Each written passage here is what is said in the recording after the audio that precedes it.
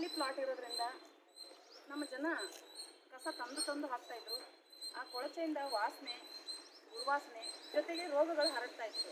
ಪ್ರತಿ ಸಲ ಕೂಡ ಜಾಗೃತಿ ಮೂಡಿಸುವ ಕೆಲಸವನ್ನು ನಗರಸಭೆಯವರು ಮಾಡಿದ್ದಾರೆ.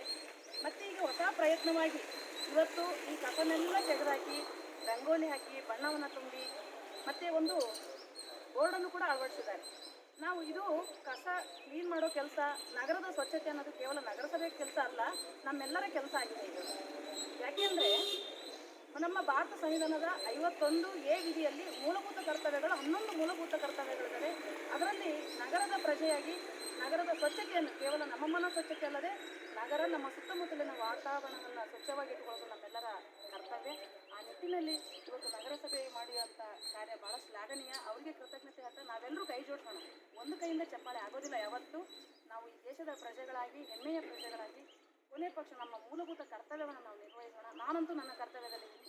ದಯವಿಟ್ಟು ತಾವು ಈ ಕರ್ತವ್ಯಕ್ಕೆ ಬದ್ಧರಾಗಿರಿ. ನಗರದ ಸ್ವಚ್ಛತೆ, ಈ ಟೀಚರ್ಸ್ ಕಾಲೋನಿಯ ಸ್ವಚ್ಛತೆ ನಮ್ಮೆಲ್ಲರ ಕರ್ತವ್ಯ ಅಂತ ಹೇಳ್ತಾ ನನಗೆ ಅವಕಾಶ ಕೊಟ್ಟದಕ್ಕಾಗಿ ನಗರಸಭೆಗೆ ಧನ್ಯವಾದಗಳು. Thank you.